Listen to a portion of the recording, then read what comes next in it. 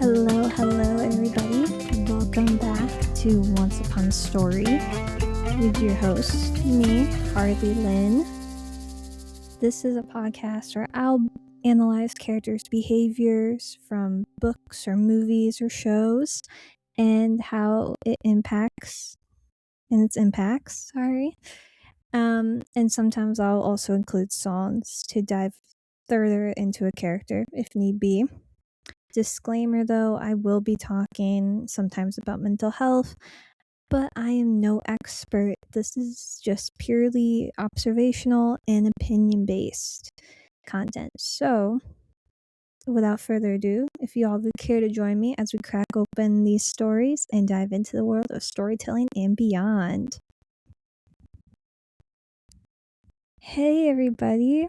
Welcome to the very first episode of this new rendition of my podcast. If you were listening to the other one, this is a brand new one because the other one was for school. So, and this is the one I mainly want to do.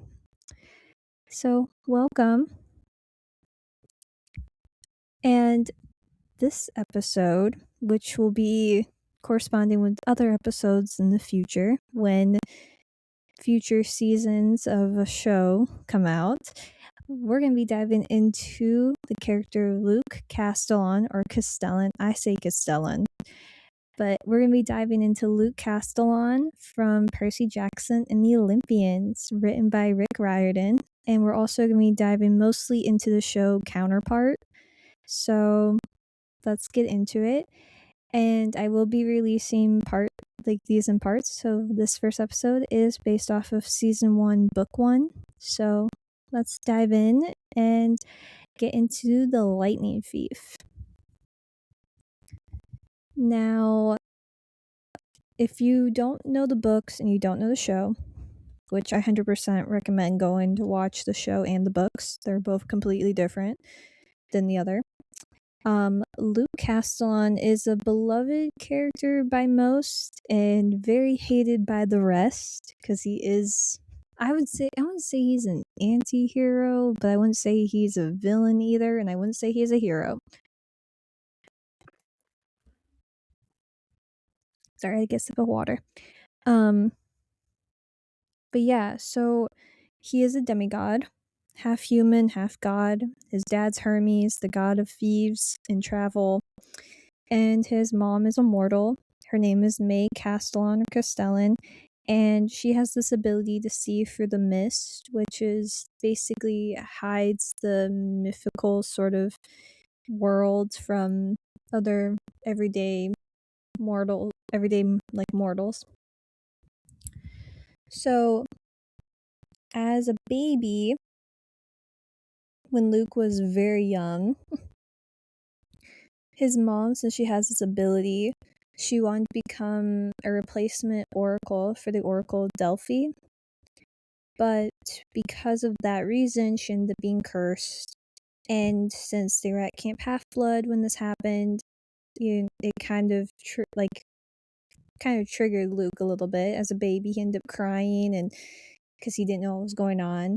But because his mom was being cursed by this sort of oracle, she now was cursed with seeing her fate of her son, Luke. Luke was subjected to this every single day, and he basically was forced to watch his mom kind of have these fits, you would say, and it really did something to Luke. It messed with him. He had to hide. He could not handle seeing his mom. He would even beg some nights for Hermes to save him, basically, being like, help us, while his mom basically screamed, not my son's fate, not my son's fate. But his dad never came whatsoever. And eventually, at the age of 9, he had to flee from home, and he tried to become friends with mortals. They didn't understand his life. He ends up becoming friends with Thalia, and then eventually Annabeth, the little girl that they rescue, and Grover. Annabeth and Thalia were both demigods as well. Thalia, daughter of Zeus, Annabeth, the daughter of Athena, and Grover was a satyr protector. Now, during his childhood, there's a song that I would say fits him perfectly during this time of his life. And if I mess up the name of the artist, I'm so sorry. But the song Lonely House by Munn, Munn, there's a couple lines in that song that I feel fit Luke during his early years. And the first line is, "Everything and everyone puts a nail in my home and then wants to run." And that is that's said twice.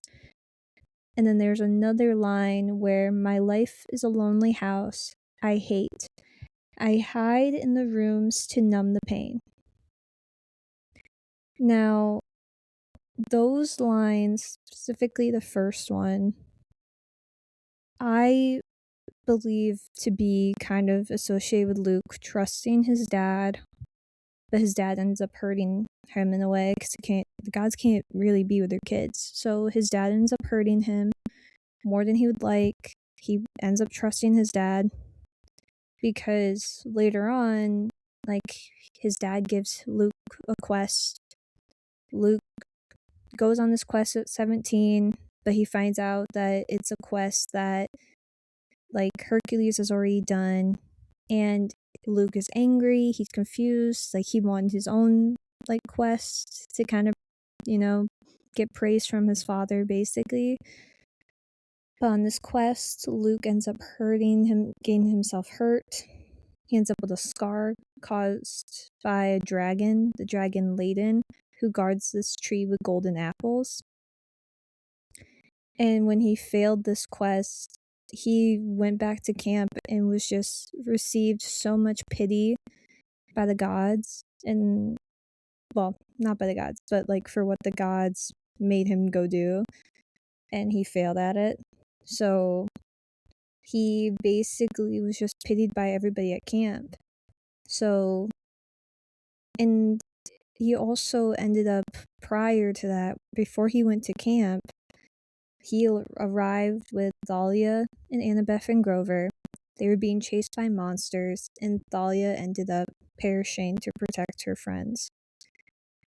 He lost somebody he really truly cared about, and he blamed the gods for it. So at this time, he really hated the gods. He put trust in people time and time again, and they failed him, and he was hurt by that, just like he was hurt by his dad. So he doesn't really trust people very well. And the second verse kind of reminds me of the pain he goes through with his mom and Thalia, because he's hurt. He hides the pain through revenge in wanting to act revenge on the gods for what they did. So lo and behold, in comes Kronos, and Kronos ends up contacting him through dreams, which, if you don't know who Kronos is, he is the king of Titans. He is Zeus's father. And Zeus basically stole Kronos's title, so now Kronos wants revenge. So of course, here's Luke wanting revenge too. Kronos gives Backbiter to Luke, which is a half-steel, half-celestial bronze sword. And that sword can not only kill demigods and monsters, but also mortals. I know, kind of crazy, right? And then with this, he's now sworn allegiance to Kronos in the plan. He ends up on a field trip, basically betraying the gods, betraying camp. He steals Zeus's Master Bolt and Hades' Helm of Darkness just to start a civil war, because why not? He's like, I got nothing else better to do. I want to basically take them down, so I'm going to do it. And Zeus finds this out. He sends out every single god and goddess to retrieve it. The god of war, Ares, ends up finding him. He ends up fighting Luke. Luke ends up outmatched because that's a god against a demigod. Not very well fit for a fight, you know? So instead, Luke ends up convincing him, like, hey, if you let me go, there's gonna be a war. So Luke went back to Olympus undetected, and went back to camp undetected, but his failure had consequences. Which it does, like, prove that, like, even Kronos can punish those that follow him. Now, I might reference the book a little bit, not a lot. This is mainly just a show, because the show fits more of what I'm going to talk about, because in the book you can't really detect that, and I also don't like what the book refers too much, because I don't really care for book Luke. I prefer show Luke. But if I don't reference the book much, just hear me out. Go read it if you're able to. It's a really good book series. I recommend it. So when we first see Luke in season 1 of the show on Disney Plus, he is the head counselor of the Hermes cabin. We don't know much of his backstory at this point. And then he ends up getting to meet this kid named Percy Jackson, who we don't know yet at the time, but we find out eventually that he is the son of Poseidon, which is one of the quote-unquote big three, which in that case means they always have a target on their back because they're the son of either Zeus, Hades, or Poseidon. Percy at the time ends up having to stay in the Hermes cabin because he's unclaimed when he shows up. So he ends up staying in the Hermes cabin and eventually wakes up from a nightmare. Luke tries to comfort him, acting very sincere and concerned, and he approaches him saying, hey, like, we all have nightmares, like, we all have ADHD and dyslexia, which is some of the characteristics of a demigod. And he, like, as a way, he kind of has, like, he's not crossing his arms, his shoulders are down, like, he's not kind of, like, he's not looking intimidating, he's looking more opened and wanting to have this kid trust him, which you later find out it's a bad idea. And so when Percy asks, like, hey, is your father Hermes, or are you unclaimed? Luke, with very much disdain in his voice, says yes, and he brushes past it real quick, changing the subject by saying, but we're all friends here. We all are on the same side. And then throughout, like, Percy's time at camp, before he goes on a quest of his own, Luke is helping bond with Percy by helping him find out who his godly parent is, like teaching him, like, how, like, burnt offerings are the ways to pray to the gods, which Luke does not like that because it kind of shows, like, he does not really care about the gods much anymore. And then during Capture the Flag, which in the book, Luke ends up sending a hellhound to camp to kind of, you know, attack Percy so that way he gets out of camp. But in the show, before Capture the Flag, Luke ends up talking about Annabeth and Thalia because Annabeth has been watching Percy, making sure that he's the one who's going to take her on a quest. And since Annabeth, Thalia, and Luke were on the road together, he has very much love and admiration for those two. They're like his family. And you can see by when he's, like, talking about him, he's very happy, he has a smile on his face. But when he mentions Thalia, the smile slowly starts to fade because she ends up perishing, like we said, and he kind of hates Zeus for it. He blames the gods for her death. because if she wasn't a demigod, this wouldn't be happening, yada yada. So during like Capture the Flag in the show, if you really pay attention closely to the background music, which I highly recommend doing, you can tell slightly that there is a slight more roughness to the music. It's more darker, more edgier for Luke every time he's fighting, and it slowly gets darker and darker every time like he fights, which I found very fascinating because as we learn and progress through the show, he is a much darker character that we learn later on in an episode, and he's very, very more violent and trained in fighting compared to his opponents, which is very dangerous, if you ask me. Because, for example, Percy, even though Luke trains him to fight later on in like a flashback in like the last episode and stuff, Percy's not really well trained in fighting, which foreshadows what happens in the last episode.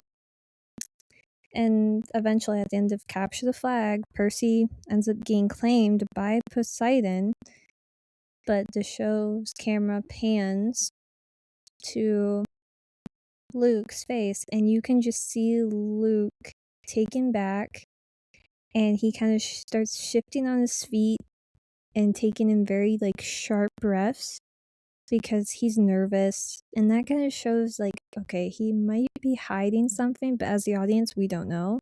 And if you haven't read the books, I'm not going to spoil it quite yet. And if you haven't seen the show, I'm not going to spoil it quite yet. But eventually, like, we start seeing more of a plan with Luke the more and more we dive in.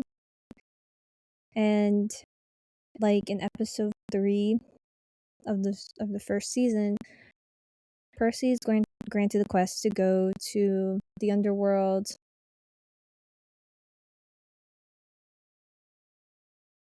and basically to save his mom, but also retrieve the master bolt, which they believe is there, but it's not.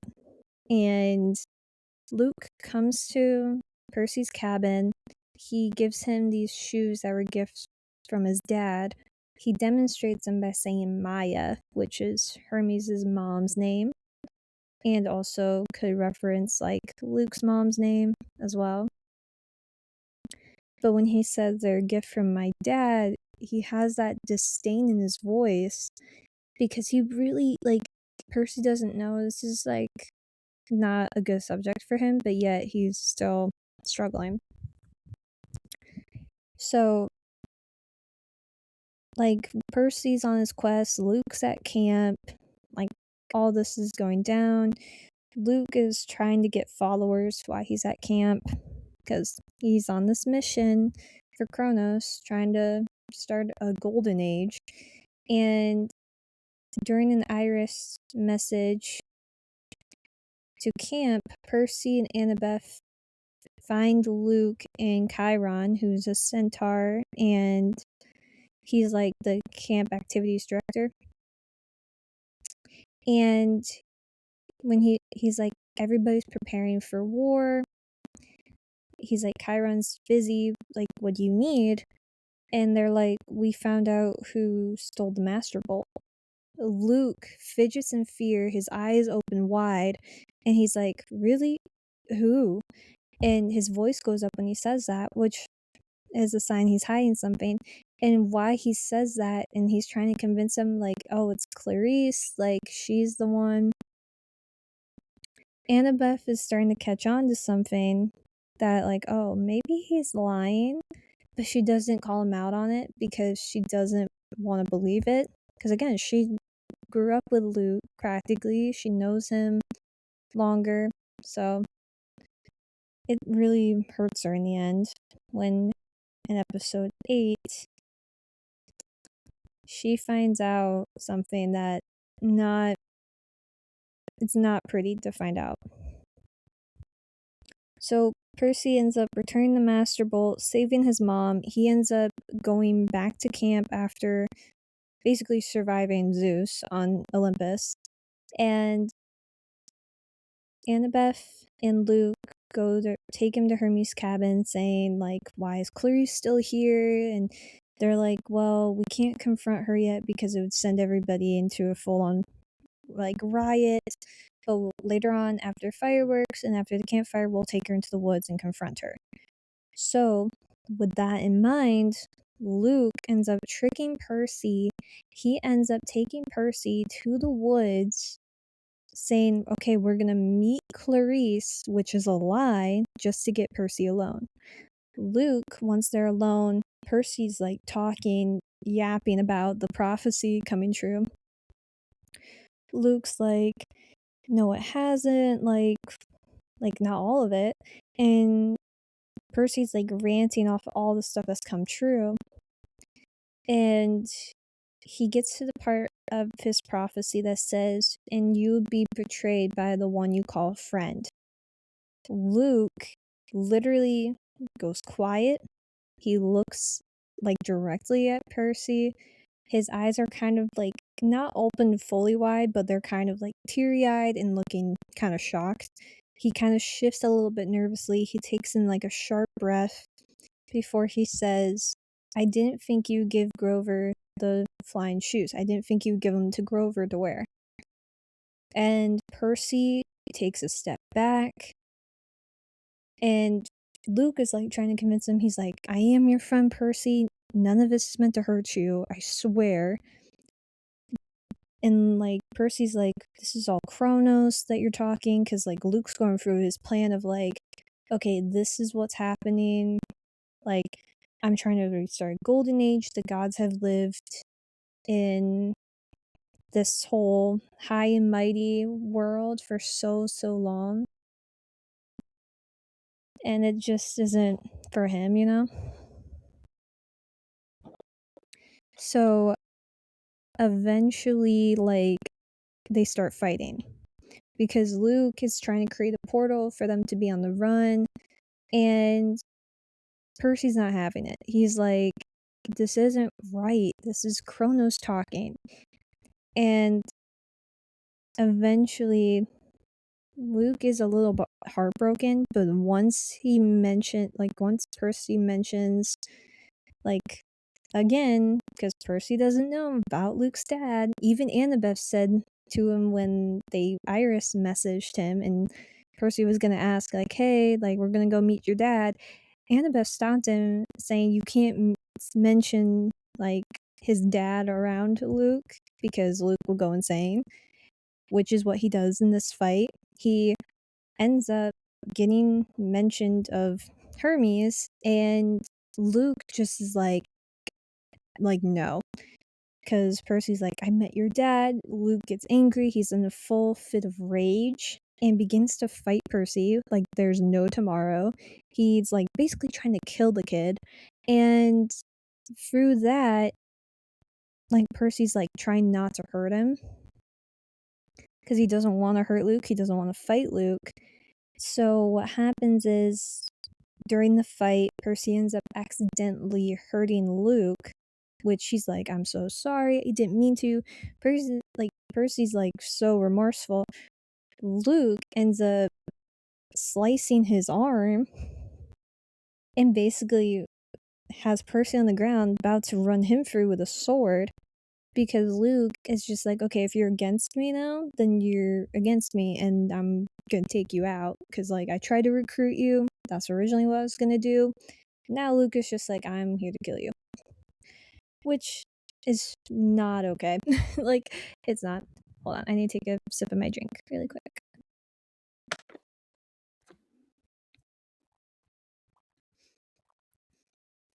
Sorry, I never talked this long, guys, so it's like hurting my throat and like making my throat really tight, so I'm so sorry. Usually if I'm like singing or something, I usually am like very more careful. But yeah, during this fight, like Luke is in full on rage mode. Like, he's ready to rage. He's angry. He's like, I'm coming at you. Like, let's go. Then, before Luke could basically kill Percy and take him out, he ends up getting a dagger thrown at him, which the dagger is important, but that's for when I do season 2, and I'll go into more of that. But Annabeth appears via an invisibility cap, which is a gift from her mom. The gods and goddesses give their children gifts. So the shoes were a gift from Hermes to Luke, and the cap was a gift to Annabeth from her mom, Athena. So Annabeth ends up throwing this dagger, basically almost hitting Luke, but he deflects it with his sword. He's like in shock. He's like, Annabeth? And she's like, I heard everything. Luke is shocked and hurt that he got caught by somebody who was like his little sister. And Annabeth's like hurt and confused. She's like, you can see it on her face, like she's angry, and she even wants to chase after him when he flees through his portal, but she doesn't. She just lets him go because she can't do anything about it. But this is somebody who, like, they both have tears in their eyes when they're looking at each other and not saying a word after them. She's like, I heard everything. They don't say a word. And even like Luke even contemplates like leaving or not because of him getting caught by her. And it's really heartbreaking because like she is like his little sister. They only had each other after losing Thalia, and it's really, really sad for her having to go through that and just watching it and seeing somebody who you thought you knew basically betraying you. It's really hurtful. There's this song that I have a Luke Castellan playlist, guys, by the way. I started one on Spotify because when I was watching this show, all I could think about is songs that would fit Luke so much. And I have so many, and a lot of them would fit Luke and his whole entire story arc. But there's one specific song, even though it's like a breakup, like romance breakup song, there is a lyric in it. Or actually, there's actually a bunch of lyrics in it. But the song's called Liar by Riley Harlow, however you say it. And the like lines are, you're a liar and a hypocrite. I'll be damned with the way that you're living for me. Fire for the thrill of it. I'll watch you burn, burn, burn. I sold my soul for your love. I pray for hope from above. Liar and a hypocrite, don't let me burn, burn, burn. Now, one, Luke is a liar and a hypocrite. Basically, he's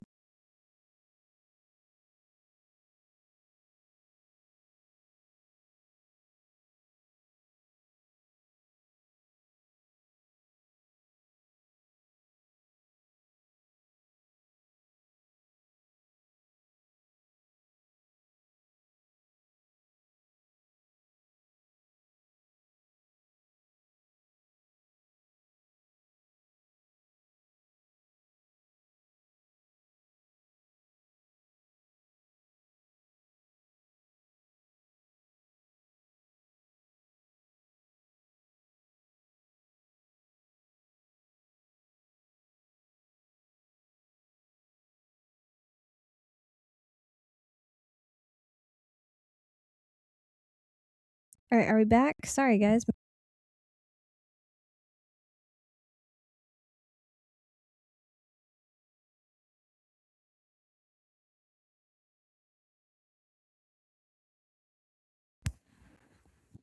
Okay, we're back. Sorry, guys. My mic went out.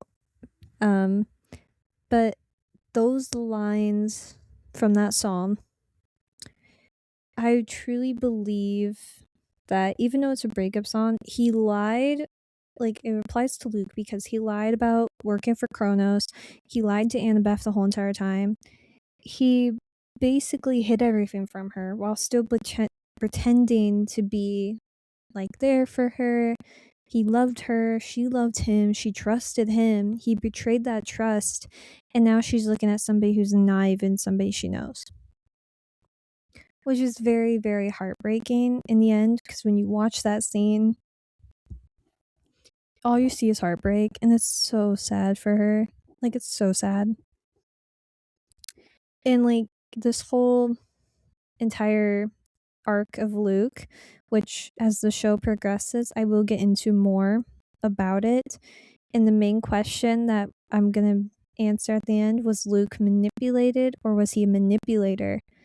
Because everybody who's seen the show and read the books either think he's an anti-hero or a straight up villain, and or even just a hero in general. The main thing is, though, we're gonna find out if he deserves redemption in the end. At this moment, I don't think he does, and I'll get into more of that when we get to doing season 2. But this whole season 1, there's a song by Pharrell Williams called Double Life that fits Luke so perfectly, because the lyrics, I have a couple, the whole song's perfect for Luke. There's, hey, what are you hiding? What are you doing when you're gone? Then another line is, you're double-sided, two-faced like coins. And then there's another line I have, which is, which side are you on? The whole entire song, but these lines I specifically picked out because Luke is double-sided. And there's the coin reference that happens in season 2, which I'll dive into when I get to my season 2 episode for Percy Jackson. And he ends up living a double life of being a spy, lying, manipulating, trying to convince everybody to join him and be a part of like whatever is going on. He ends up fooling Annabeth, tricking Percy, saying he's his friend when he's not really. He's just there to recruit him, but ends up kind of like trying to take him out. And in the end, you don't really find out he's a liar until the very end, where he betrays everybody. So it's very, very much him that he is such a person to live a double life in season 1 in book 1. And the fact that we find that out is so crazy. And the more and more the show progresses and the books progress, we're gonna find that out truly. So I can't wait to dive into it more with you guys. And yeah, so that's it for today's episode. Thanks for listening to this episode of Once Upon a Story. Stay tuned for the next episode and follow me on my Instagram, YouTube, and TikTok. It's at Harley Lynn. Lynn spelled with 2 N's, by the way. So it's at Harley Lynn Music. So yeah, give me a follow and hope you guys enjoyed it. All right, see you guys next time for the next episode. Bye.